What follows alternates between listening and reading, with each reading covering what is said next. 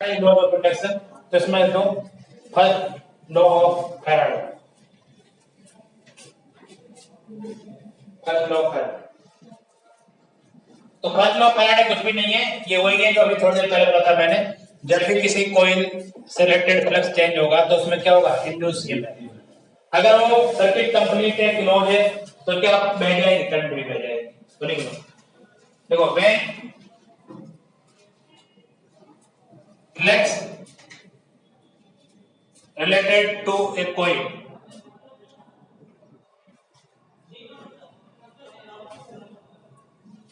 when flux related to a coil is changed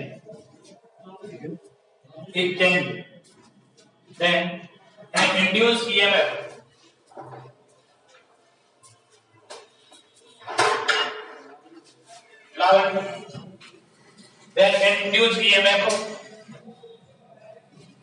is produced in the coil. If circuit is closed, if circuit is complete,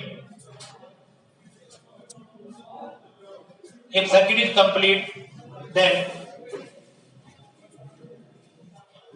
induced current is also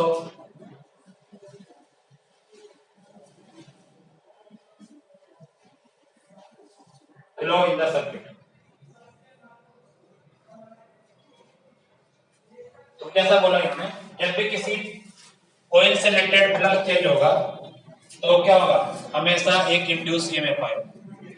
ठीक है, अब ये first law जो था ना, ये केवल ये कहता है कि अगर फ्लक्स चेंज करोगे तो क्या होगा, इंड्यूस ईएमएफ होगा, लेकिन उसकी वैल्यू क्या होगी, ये क्या कहता है, second law.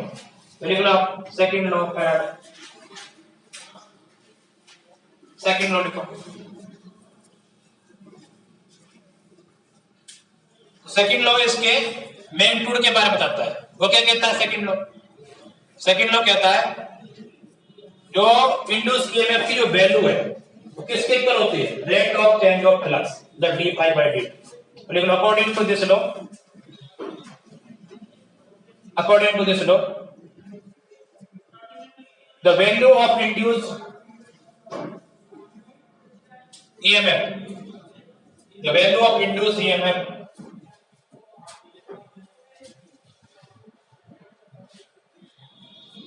is equal to rate of change of flux, is equal to rate of change of flux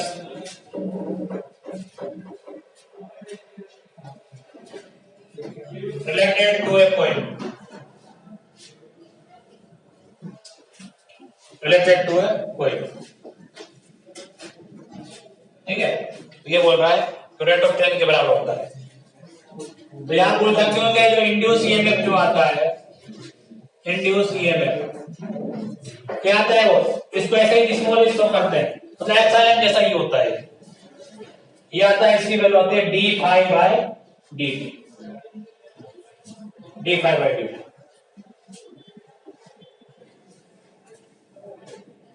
D phi by d, e बराबर डी फाई बाय डी। अगर सर्किट कंप्लीट हो और उसका रेजिस्टेंस क्या हो, आर हो, तो induce current क्या आ जाएगी, ई बाई आर। तो लिखने के बाद एक और number of turn are capital N, then e कितना आ जाएगा, N D phi by D T, ये वाला फॉर्मूला हो जाएगा, फिर एन से मल्टीप्लाई कर देंगे, N D phi by D T. और सर्किट का रेजिस्टेंस क्या हो, आर हो, तो इंड्यूस करंट क्या होगा, ई अपॉन आर। लिखने बाद resistance of the circuit is small r या कैपिटल आर, जो भी बने चाहे लिख लो, स्मॉल आर लिख लो। If resistance of the circuit is small r, then induce current I equal to क्या आ जाएगा, ई बाई आर, या फिर बोल सकते हो N D phi by D T, और एन बाई आर था यहाँ पे D phi by D T. ये आ जाएगा आई की value E upon are.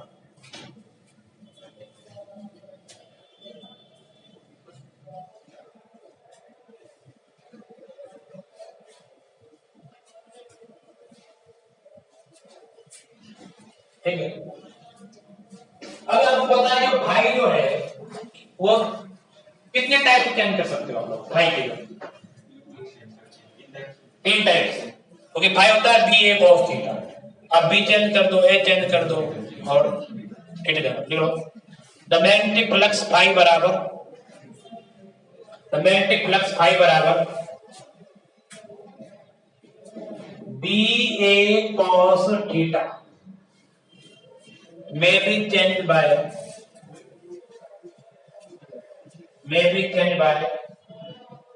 number 8 change in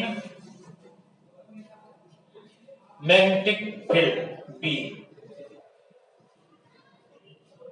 magnetic field B। Number 2 change in side of the coil. Bracket में सकते हो ए मतलब क्या होता है? एरिया। एरिया किससे रिलेटेड है? साइड से related. Number 3 change in angle between B vector and B A vector. Change in angle between B vector and A vector. ठीक है, बी और ए के बीच में एंगल चेंज कर दो। आप मुझे देख सोच बताओ सबसे आसान तरीका क्या होगा? चेंज करना आसान है, मतलब कोई साइड बढ़ाओ घटाओ इतना आसान है, एंगल चेंज कर सकते। तो आप जब ये करते हो ना, आप जो जनरेटर होता है, जनरेटर जो है एंगल चेंज करता है। जब आप रेस बढ़ाते हो तो 23 एंगल चेंज होता है, क्योंकि वो आपको जैसा माना जाता है कि जो थीटा क्या होता है ओमेगा टी होता है ना, होता है थीटा। तो लगातार उसकी जनरेटर की रेस बढ़ाओ तो ओमेगा टी बढ़ेगा, तो लगातार थीटा चेंज होगा, ज्यादा फ्लक्स चेंज होगा, फ्लक्स चेंज होगा तो ज्यादा जो है ईएमएफ इंड्यूस होगा। तो वही काम करता है जनरेटर में। सबसे ज्यादा आसान तरीका क्या है? थीटा चेंज करने को होता है। ठीक, अब आता है आपका लेंज लो। देखो Lenz law, LENZ, Lenz law, LENZ, Lenz law, length law. तो ये जो है, हालांकि कई बार ना जो से कोई गलत नहीं बोल सकते उसको, यहाँ पे माइनस और लगा देते हैं इसमें भी, पता नहीं राजस्थान बोर्ड की बुक में माइनस दिया नहीं दिया, लेंज लो ने माइनस दिया था वो। इसने जो फैराडे ने क्या होता है केवल इसकी वैल्यू ये होती है, पर फैराडे उसकी डायरेक्शन नहीं बता पाया। तो डायरेक्शन किसने बताई थी? लेंज लो।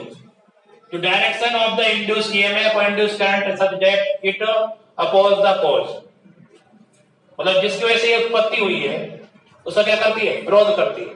इस तरह से होती है डायरेक्शन जो है इंड्यूस्ड ईएमएफ की और इंड्यूस्ड करंट की, कि वो अपोज करते हैं किसकी वजह से उत्पत्ति हो रही है इनकी? Change in flux. फ्लक्स की वजह से फ्लक्स चेंज कर रहे हैं तो क्या हो रहे हैं? प्रोड्यूस हो रहे हैं। तो ये इनका अपोज करते हैं किसका? चेंज इन फ्लक्स का। ठीक है, मतलब शुद्ध भाषा बोले जिन्होंने इनको पैदा किया उस चीज का क्या करते हैं? विरोध करते हैं। पैदा किसने किया? फ्लक्स चेंज ने, तो उस चीज का अपोज करेंगे। इस तरह से डायरेक्शन होगी। तो डायरेक्शन के लिए दिया था, तो लेंज ने एक नेम दिया किसके लिए? डायरेक्शन के लिए। तो लिख लो ये बात, according to Lenz law direction of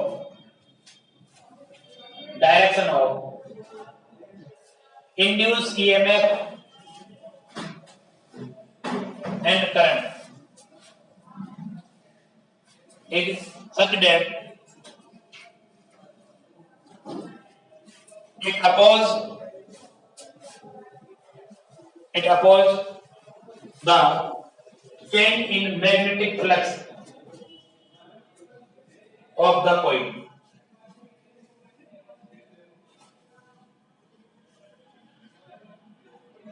ठीक है, ऑफ द कॉज। तो ये अपोज करते हैं कॉज, शॉर्टकट में लिख लो अपोज द कॉज। तो कोई भूल जाए तो ये अपोज द कॉज है, इसका मतलब कारण का क्या करते हैं? विरोध करते हैं, जिस कारण उत्पन्न हुआ। Oppose the pose. ठीक, तो फैराडे और लेंज के नियम से अगर आप दिया जाए ये फॉर्मूला तो क्या है, यहाँ पे माइनस आता है। तो भाई फैराडे एंड लेंज लॉ देखो, भाई Faraday and Lenz law, induce EMF E बराबर क्या होता है, minus K N D five by D. ये है मेन नियम, minus K D five by D. और लेंज लॉ किस पे बेस होता है, energy conservation. Lenz law is based on energy conservation. बताओ कैसे होता है बाद में, तभी लिखो। Lenz law is based on energy conservation. तो मैं आपसे एक क्वेश्चन पूछने वाला हूं लगातार, कई क्वेश्चन इस तरह के। एक क्वेश्चन लिख लो बस, find direction of induced EMF and current. Induced EMF and current, इस तरह का एक लूप दिया हुआ है भाई, ठीक है, और ये मैग्नेटिक फील्ड में रखा हुआ है ऐसे।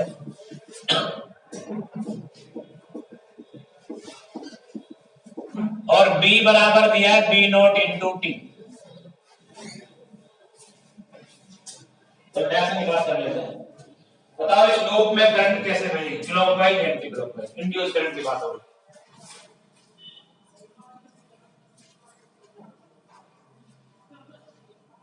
ये लूप जो है इसमें करंट किधर बहेगी, clockwise anti clockwise.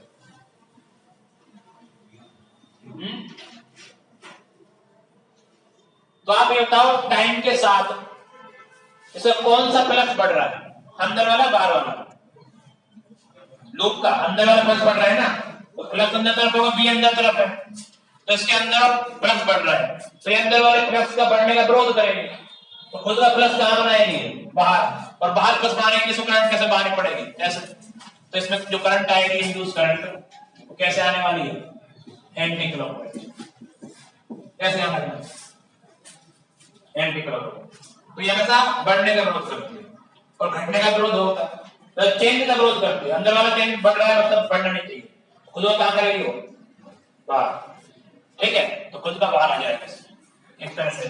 Same question ये है, यहाँ पे कॉइल रखी हुई है आपकी, और यहाँ पे एक मैग्नेटिक जो है पोल ला रहे थे, और ये क्या है, इधर ला रहे हैं पास में इसके, इधर की वेलोसिटी से ला रहे हैं। अब ऑब्जर्वर जो है आपका यहाँ पर है, इधर साइड, ये ऑब्जर्वर यहाँ हो गई, देखो इधर है ना, ये ऑब्जर्वर इधर साइड, इधर से देख रहा है, लूप क्या रखा है बीच में, और उधर से क्या आ रही है, मैग्नेट आ रही है। तो बताओ ऑब्जर्वर के लिए इस लूप में करंट क्लॉकवाइज होगी एंटी क्लॉकवाइज होगी, तो देखना फ्लक्स कौन सा बढ़ रहा है, उस बढ़ने का विरोध करेगा।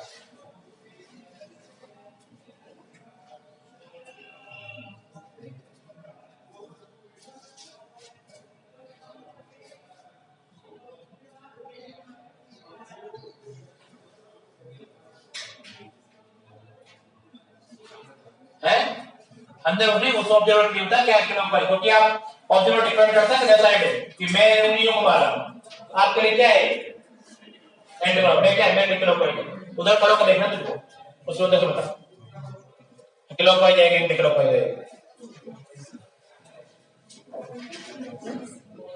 अरे इसका कौन सा फ्लक्स बढ़ेगा, इधर वाला।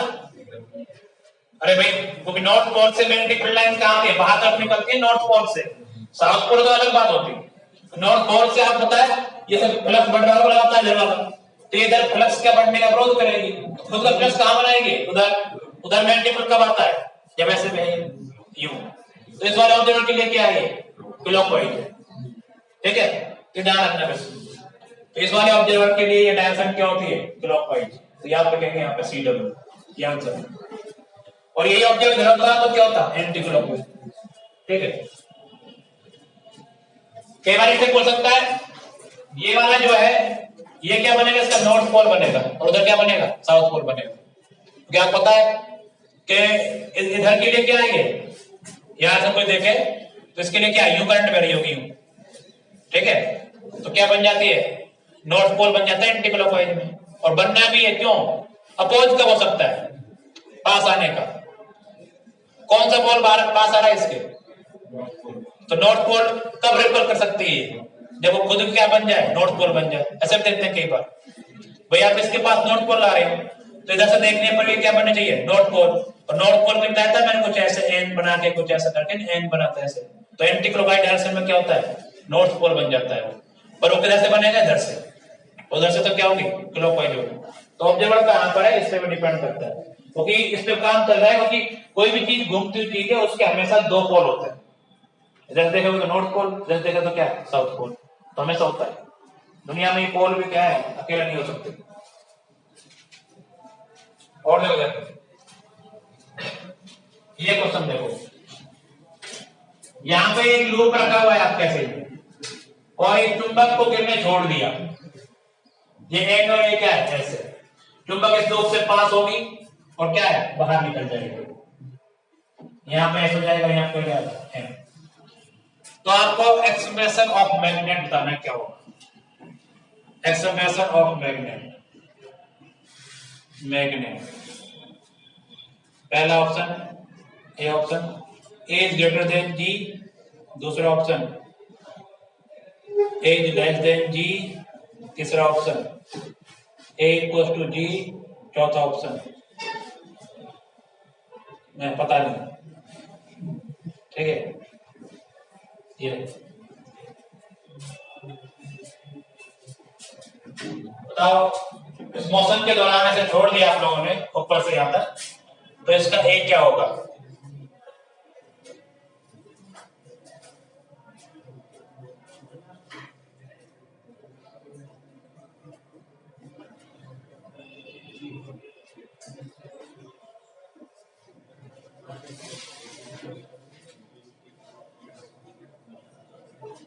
ऐसे आ रही है कोई, यहां से गिरेगी नीचे तरफ और यहां से निकल जाएगी बीच में।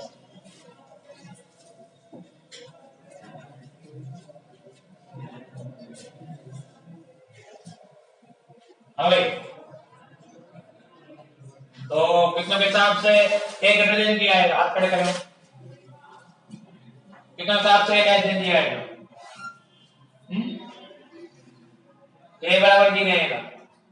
अरे कॉमन सेंस वाली बात है यार, पास आने का अपोज करेगी नहीं करेगी, तो अपोज करेगी तो क्यों ए ज्यादा हो जाएगा, लेस देन जी आएगा ना, कॉमन ऊपर के लिए तो हो जाएगा, मतलब यहां से आएगी तो लेस देन जी, नीचे ज्यादा जाएगा तो भी लेस देन जी आएगा, दूर जाने पे तो अपोज होगा। और क्या, वो चाहते हैं फ्लक्स चेंज होए ना, ठीक है। ये दूर जाएगा तो इसका फ्लक्स घटेगा, तो घटने का विरोध करेगी, फिर इसको अट्रैक्ट करने लगेगी, ठीक है। ऐसा होता है, क्योंकि ये हमेशा अपोज, चेंज का अपोज करना है, इसको चेंज पसंद नहीं है। तो क्या पता है, ये मैग्नेट के पास आएगी तो इसका फ्लक्स बढ़ेगा, तो बढ़ने का अपोज करेगी तो कहां बनेगी, ऊपर रिपेल करने लगेगी। दूर जाएगी तो फ्लक्स घटने लगेगा, तो घटने का अपोज करेगी तो क्या करेगी, अपने पास बुलाएगी उसको। तो दोनों तरफ होगी, इस वक्त रिपेल करेगी और यहां क्या करेगी, अट्रैक्ट करेगी। तो इस पूरी मोशन में जो इसका एक क्या होगा, लेस देन जीरो। ये बात क्या लिख सकते हो, बिकॉज जो ये loop oppose the motion of magnet, तो मैग्नेट के मोशन का अपोज करेगा, सपोर्ट कभी नहीं करने वाला। हाँ, डायरेक्शन जो है इसके लिए जो है एंटीक्लॉकवाइज बनेगी, यू बनेगी डायरेक्शन, ठीक है। और जैसे ये पार कर जाएगी तो फिर क्या बनेगी, ये यू करेगी, अलग अलग होगी, डायरेक्शन चेंज कर लेगी अपने आप में, ठीक है।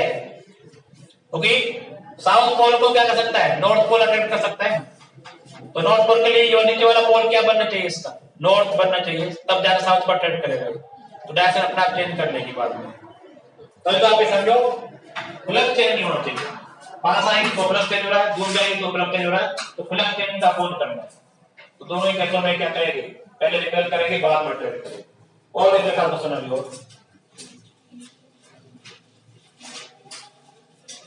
ये इनफाइनाइट लूप रखा हुआ है आपके पास और इनफाइनाइट वायर है यहाँ पे, इसमें करंट जो है ना घट रही है, करंट लगातार क्या है डिक्रीज हो रही है टाइम के साथ में। इसके बगल में एक लूप रख दिया, बताओ इसमें कितना हो डायरेक्शन इंड्यूस है current direction.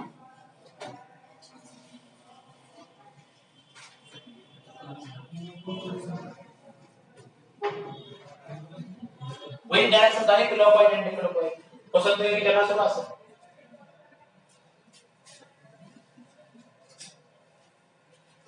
Clockwise anti clockwise क्या होता है बताओ।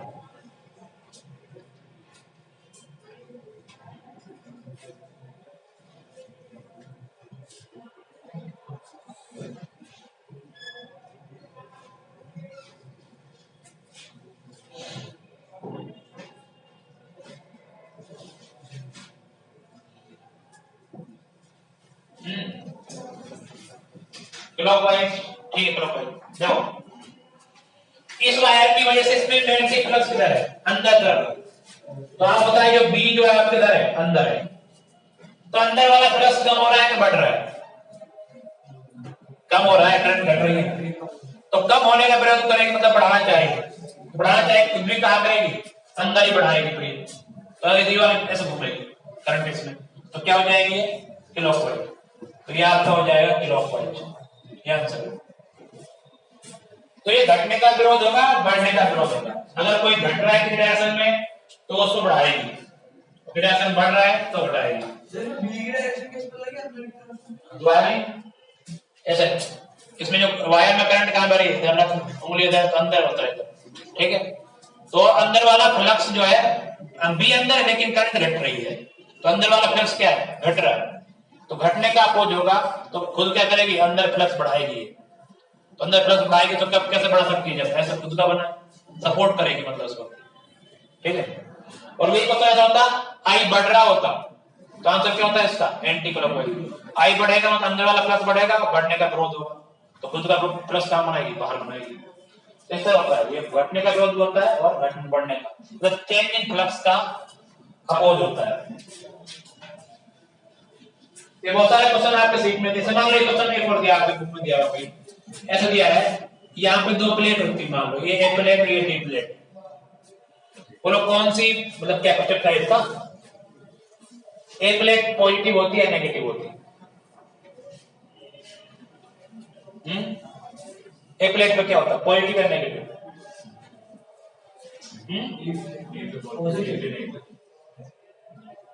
ए पे पॉजिटिव आता, करंट यूं बह रही है भाई, करंट कहां से कहां बहती है, प्लस से माइनस की होती, तो बी पॉजिटिव होती और ये क्या होती, नेगेटिव होती। ऐसा क्वेश्चन भी आपके उसमें मिल सकता है, ठीक है।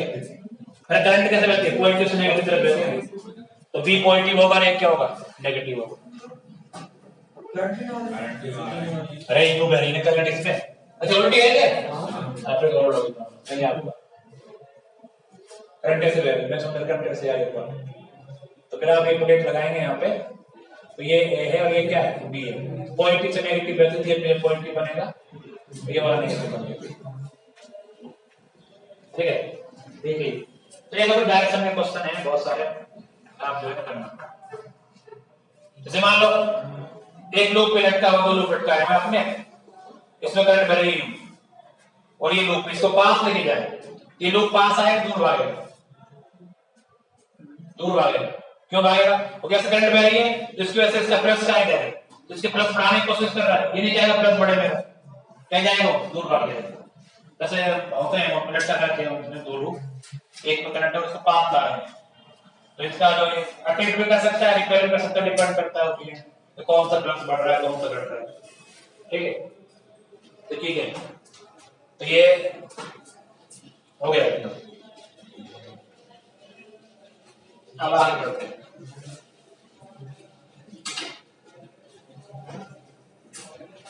देखो यहां पे एक लूप दिया हुआ है, इसका रेडियस कैपिटल आर, मतलब रेडियस जो है वो कैपिटल आर और रेजिस्टेंस जो है स्मॉल आर। बड़ा क्वेश्चन तो कौन करेगा।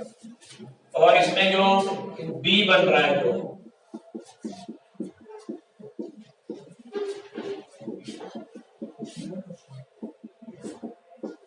बी बराबर कुछ ऐसे B not into T square type है। बी बराबर B not T square type. तो पहले बताओ करंट डायरेक्शन कैसे होगी, क्लॉकवाइज एंटी क्लॉकवाइज।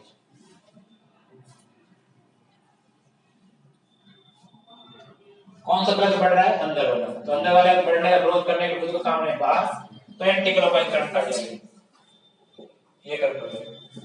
अब आपको जो रेडियस वाले सबूत दिया हुआ है आप बताना इसमें find induce EMF comma induce current and induce charge. कितना चार्ज होगा इंड्यूस इन टी बराबर 0 टू टी बराबर टी नॉट। इंड्यूस चार्ज करना है, करंट तो हर जगह अलग अलग होगी लेकिन इंड्यूस चार्ज की वैल्यू बतानी है। टी बराबर 0 से टी बराबर टी नॉट। तो क्या करते हैं, सबसे पहले फाई लिखते हैं। फाई क्या होता है, डी इंटू ए। फिर ई निकालते हैं, डी फाई बाई डी करते हैं। फिर ई बाई आर पर क्या निकालते हैं, आई निकालते हैं। फिर आई को क्या लिखेंगे, D two by D T. वहां से क्या निकलेगा, क्यों निकलेगा। तो करें फटाफट।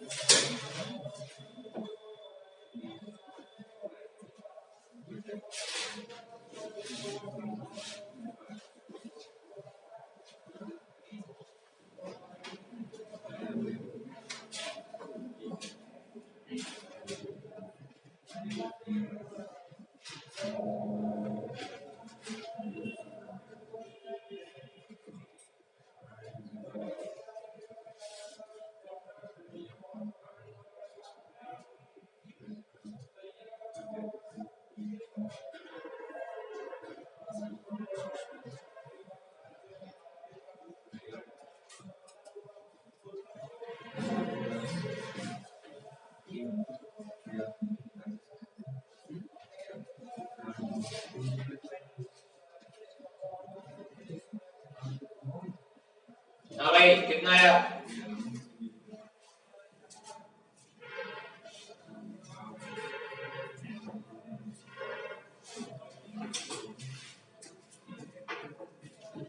तो आप बताए पहले फाई लिखोगे तो इस लूप का फ्लक्स लिखेंगे, फ्लक्स फाई की वैल्यू आएगी बी इंटू के आ जाएगी ए। बी की वैल्यू कितनी है आपके पास, b not into T square. A कितना आएगा, pi are square. Circular loop में नहीं, मतलब क्या बन गया, पाई आर था b not constant pi constant r square t square. Induce EMF क्या होगा, इंड्यूस ईएमएफ E इक्वल होता है d phi by d. Minus को भूल जाओ, माइनस तो क्या यूज कर लिया, डायरेक्शन यूज कर वैल्यू चाहिए अपने को, ठीक है। कभी आप यहाँ पर माइनस लगा माइनस से लगाते हैं डायरेक्शन के लिए। तो यहाँ पे क्या हो जाएगा, इसकी value D phi by D T का वैल्यू। अब बी कांस्टेंट है, पाई कांस्टेंट है, आर स्क्वायर कांस्टेंट है। टी स्क्वायर कितना होता है, 2t। मिला के आपका आंसर बन जाएगा, ई की वैल्यू हो जाएगी यहाँ पे 2 B not pi are square into T. ये हो जाएगा। तो इंड्यूस करंट कितनी हो जाएगी, इंड्यूस करंट ये तो हो गया आपका ई, किसी भी टाइप से करंट। तो आई क्या होता है, केवल ई बाई आर होता है, तो रेजिस्टेंस से भाग होगा। तो आई की वैल्यू आ जाएगी आपके पास, ई की वैल्यू कितनी है, तो B not pi are square into T upon small R. ये आई आ गया। अब 0 से लेकर टी नॉट टाइम में क्या निकालना है आपको, इंड्यूस जो है चार्ज निकालना। तो आई क्या होता है, D Q by D T. या तो डायरेक्ट जानते हो, अगर I is function of T तो क्यू बराबर क्या होता है, इंटीग्रेशन आई डी टी। तो इंड्यूस चार्ज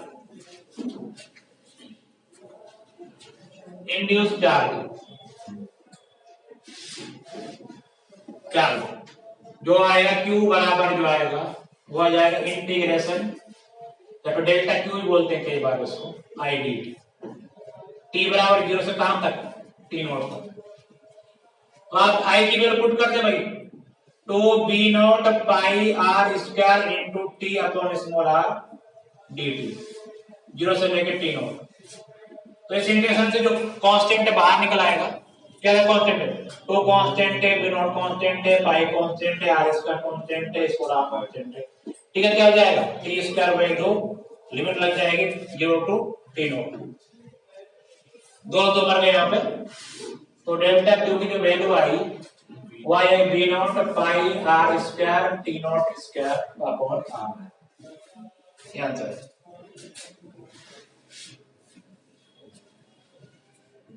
तो इस क्वेश्चन को करते हुए डेल्टा Q निकालते हुए कुछ आपको कुछ महसूस हुआ है ऐसा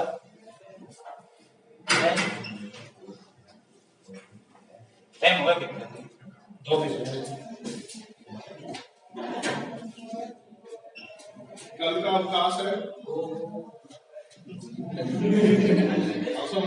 सोच रहे हो पहली बार से क्या समझे, परसों और फिर यथा सब चलेगा, ठीक है ना। अवकाश नहीं, मजबूरी है, कलेक्टर की छुट्टी नहीं, कलेक्टर के ना मानना पड़ेगा। और दूसरी बात फिर बस में बस में इसकी हो जाएगी पूर्ति के दिन संडे में हो जाएगी, है ना। तो दोस्तों ने कोई बात नहीं, ये संडे तो शायद नहीं लगेगी, पेपर शायद संडे को नहीं होगा, मंडे को अभी कह सकते कुछ। मैं तो जा रहा हूँ, मैं तो नहीं आऊंगा, तो ये संडे को यहाँ पे क्या है, b0 by r square d0 square by r। तो यार जब आपने क्यों निकाला तो इसमें कुछ आपको अजीब नहीं लगा, आई और r का तो टेंशन नहीं, देखो इसमें कुछ सोचने वाली बात है। यहाँ पर आपने इसका डिफरेंशिएशन कर दिया 2t आ गया, और वहां पे इंटीग्रेशन कर दिया t स्क्वायर आ गया। तो एक बार डिफरेंशिएशन किया, इंटीग्रेशन का मतलब क्या हुआ, इसका तरीका सही गलत नहीं है वो, इसलिए शॉर्टकट तरीका और है इसका करने का, सीधा आ जाता है। कैसा होता है ये, जो डेल्टा Q होता है इंड्यूस ईएमएफ वो होता है डेल्टा फाई बाई r, मतलब क्या phi 2 minus phi 1 by r। Phi 2 क्या होगा b0 t स्क्वायर, फाई 1 क्या होगा 0 अपॉन r, डायरेक्ट 2 क्यों हो जाता है एक लाइन। तो इसी को लिखाऊंगा मैं, टॉपिक भी है, तो हेडिंग डालो इंड्यूस चार्ज, तो इंड्यूस चार्ज हेडिंग डालो, इंड्यूस चार्ज। तो ये काम गलत नहीं है, गलत नहीं कह सकते, थोड़ा फालतू का करने वाला काम है, क्योंकि आपने कल डिफरेंशिएशन किया, उसे चीज को इंटीग्रेशन कर दिया, यहाँ टी स्क्वायर 2t किया, फिर 2t का टी स्क्वायर कर दिया जाके, तो बात तो वही होगी ना। इसलिए क्या होता है, इसका आंसर डायरेक्ट ही होता है, कैसा आता है कराता हूं। तो देखो हेडिंग डालो इंड्यूस चार्ज। तो आप जानते हैं जो इंड्यूस ईएमएफ होता है फैराडे लॉ से क्या होता है, वो E बराबर, देखो average induce EMF, average induce EMF bye Faraday law,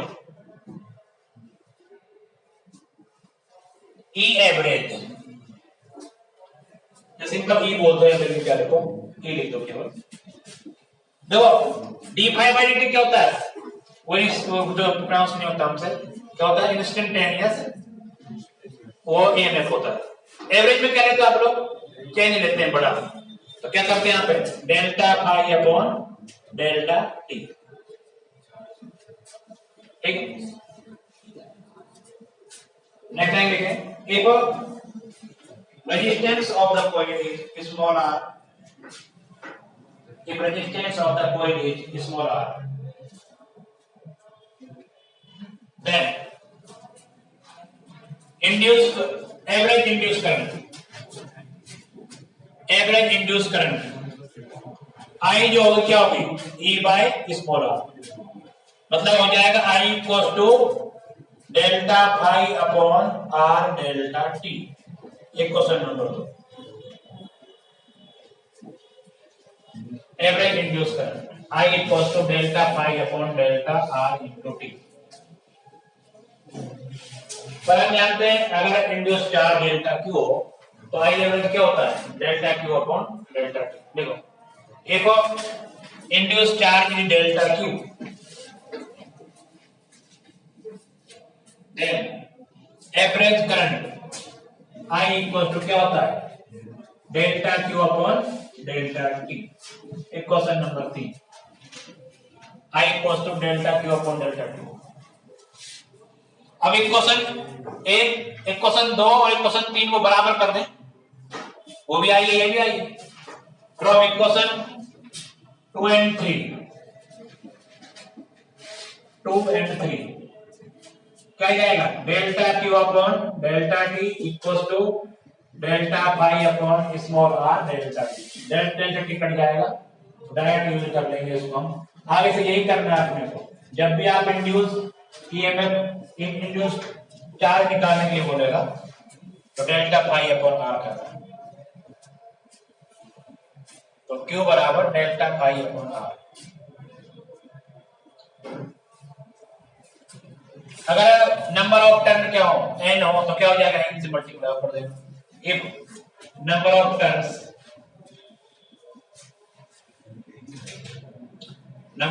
turns are capital N, तो डेल्टा Q क्या हो जाएगा, n delta phi upon R, n delta phi by R, ये बन जाएगा n डेल्टा फाई अपॉन।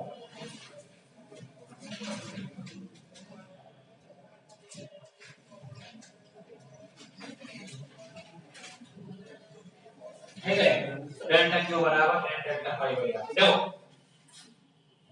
ये डेल्टा क्यू जो है टाइम पर डिपेंड करेगा नहीं करेगा, डेल्टा क्यू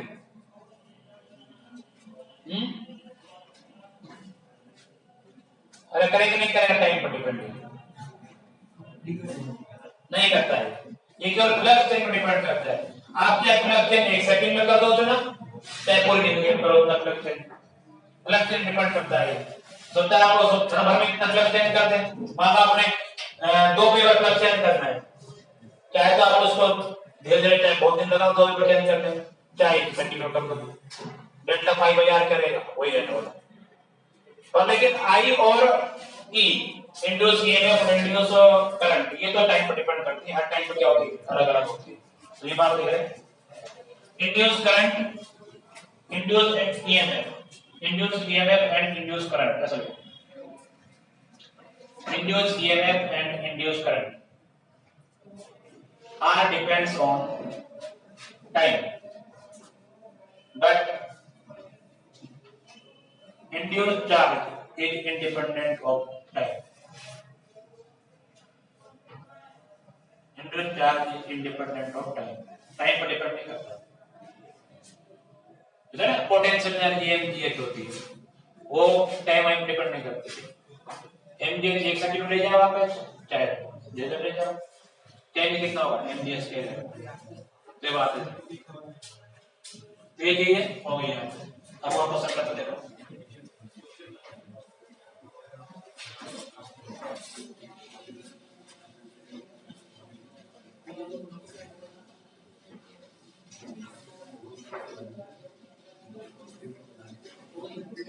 यहां पे आपका एक इनफाइनाइट लॉन्ग वायर है, बात नहीं लिखी, इसमें करंट वैल्यू I बराबर I नॉट इंटू टी के हिसाब से। करंट कैसी है, वेरिएबल है ना, और यहाँ पे एक छोटा लूप रखा हुआ है, इसकी रेडियस कितनी है, स्मॉल r है, और यहाँ से जो डिस्टेंस है उसके सेंटर की वो स्मॉल है। और आपको ये बता दिया गया है a की वैल्यू बहुत बहुत बड़ी है, किससे, स्मॉल r।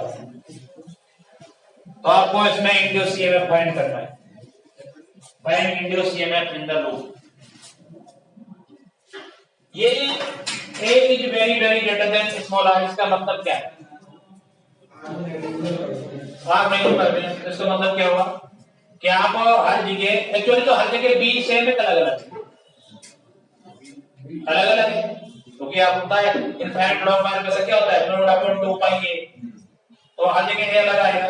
लेकिन ये आर जो है बहुत छोटा है सिर्फ एक कंपैरिजन में, तो इसको आप बहुत छोटा मान सकते हो, मतलब पॉइंट मान सकते हो। तो आप बी क्या माने कांस्टेंट मान के चल रहे हैं बस। देखो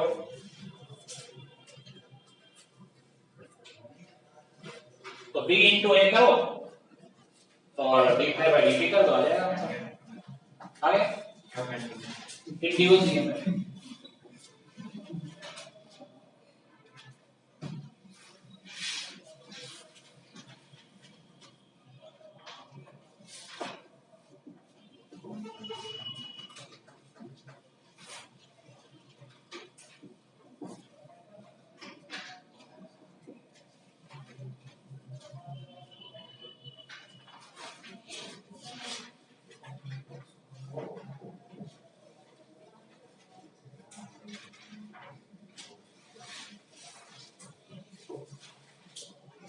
तो इसका मीनिंग है अगर ये ऐसा नहीं देता ना फिर ये काफी टफ था, फिर आपको एलिमेंट लेना पड़ता, उसमें डी फाइव लिखना पड़ता और उसको डिफरेंशिएट इंटीग्रल करके फाइव निकालना पड़ता था।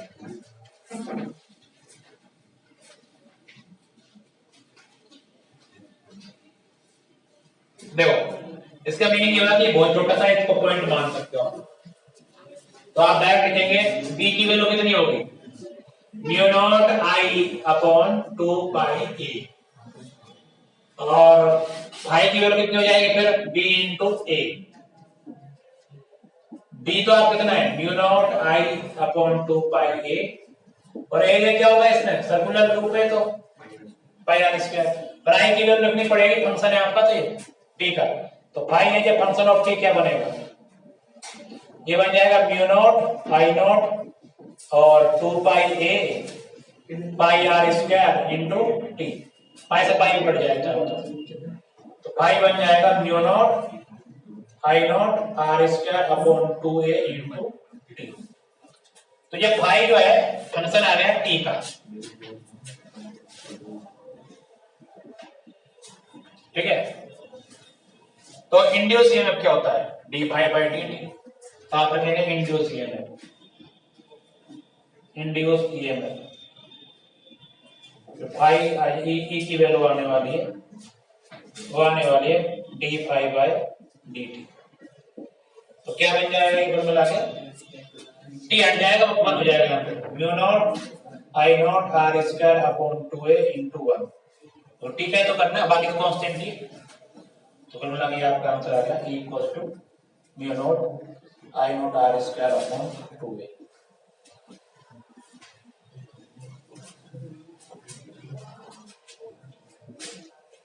सर आप बोलते हैं ना कि ए ग्रेटर होता है ए इज ग्रेटर देन बहुत जो बड़ा है तो कैसे करते हैं एलिमेंट लेके। तो फिर आप यहाँ पे ये तो करता टर्म बनता है, तो आप यहाँ पे x पे जाके dx उठा के एलिमेंट लेते पहले, तो इसमें तो नहीं लेंगे और सिंपल करता हूँ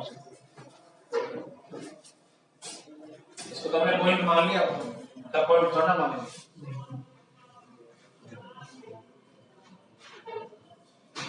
देखो एक क्वेश्चन है आपकी कोशिश चैनल में दिया हुआ है किताब में ही है।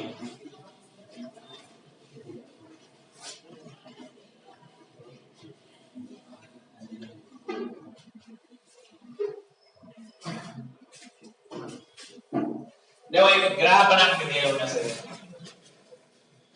ये बी है ये टी है, तो यहाँ पे ऐसे फिर ऐसे फिर ऐसे फिर ऐसे ग्राफ बनाया है। जीरो मान लो, एक मान लो, 2 सेकंड मान लो, 3 सेकंड मान लो, 4 मान लो और 5 मान लो, 5 और 6 मान लो।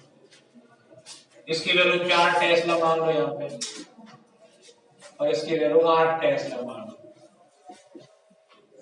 ऐसे ग्राफ देखो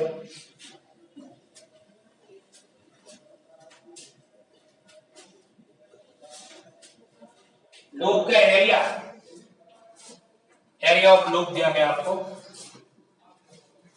एरिया ऑफ लूप तो वो क्या दिया गया है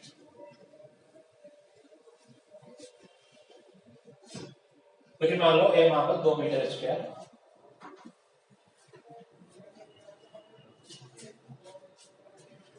ठीक है।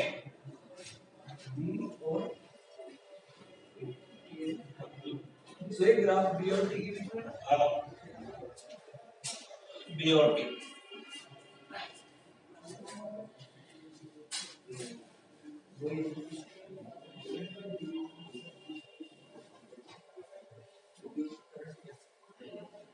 हाँ भाई जो पसंद, फाइंड इंड्यूस ईएमएफ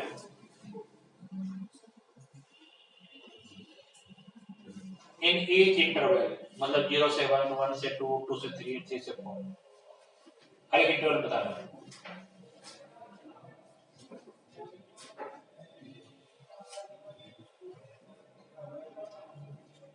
वन से 2, 2 से 3, 3 से 4, ऐसा कुछ है।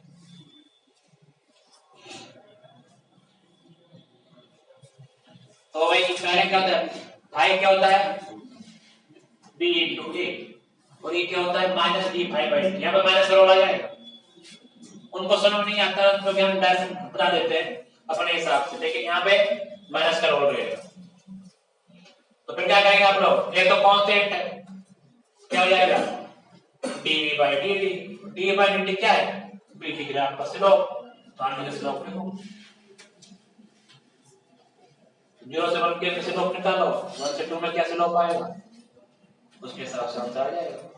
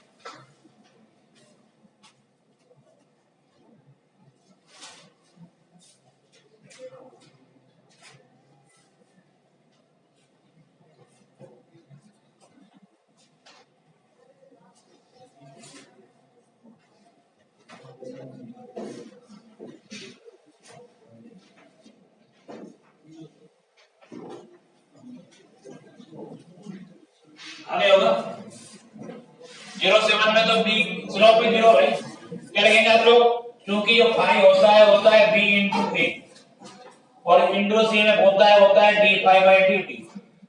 अब ये तो कांस्टेंट है, क्या हो जाएगा dv बाई dt, मतलब a into slope of bt graph, bt curve, ठीक है। तो आप बात करें अगर पहला पार्ट 0 to 1 में, 0 से 1 सेकंड में, तो E1 कितना आएगा, ये तो 2 है, और स्लोप कितना है उसका 0, कौन सा कितना आएगा 0, माइनस हटा दो, सॉरी माइनस का ध्यान रखना, माइनस कराना है, माइनस आएगा, माइनस डी फाइव बाई होता है, मैग्नीट्यूड होता है डी फाइव बाई। तो पहला 0 से 1 में क्या जाएगा 0, 1 से 2 में स्लोप कितना है देखें, दूसरा इंटरवल है आपका 1 से 2 सेकंड के बीच में, तो जो ये आ जाएगा माइनस में a इंटू स्लोप, स्लोप कितना है इसका 10 से निकालो ना, 4 बाई 1, तो आप लेंगे 4 अपॉन 1, तो ये आ जाएगा माइनस 2 इंटू 4, तो माइनस 8 वोल्ट,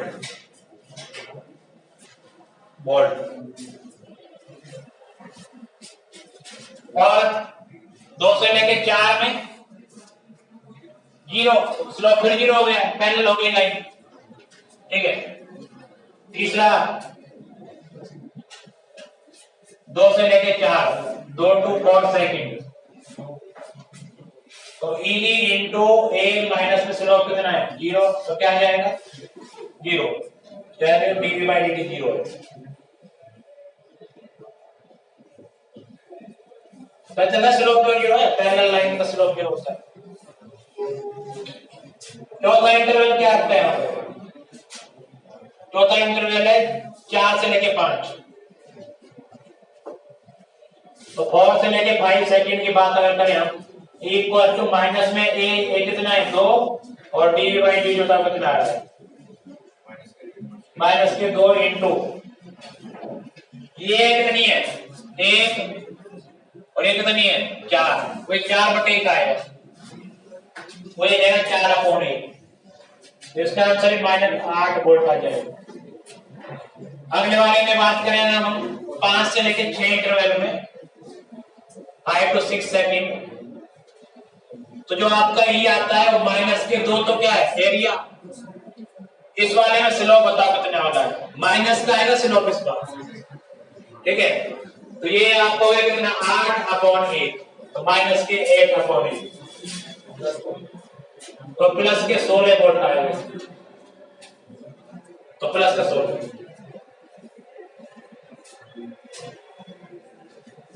तो इस तरह से जो है क्वेश्चन और भी बहुत सारे बनेंगे।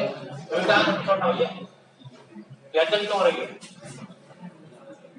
नहीं छोड़ दिया था, चलो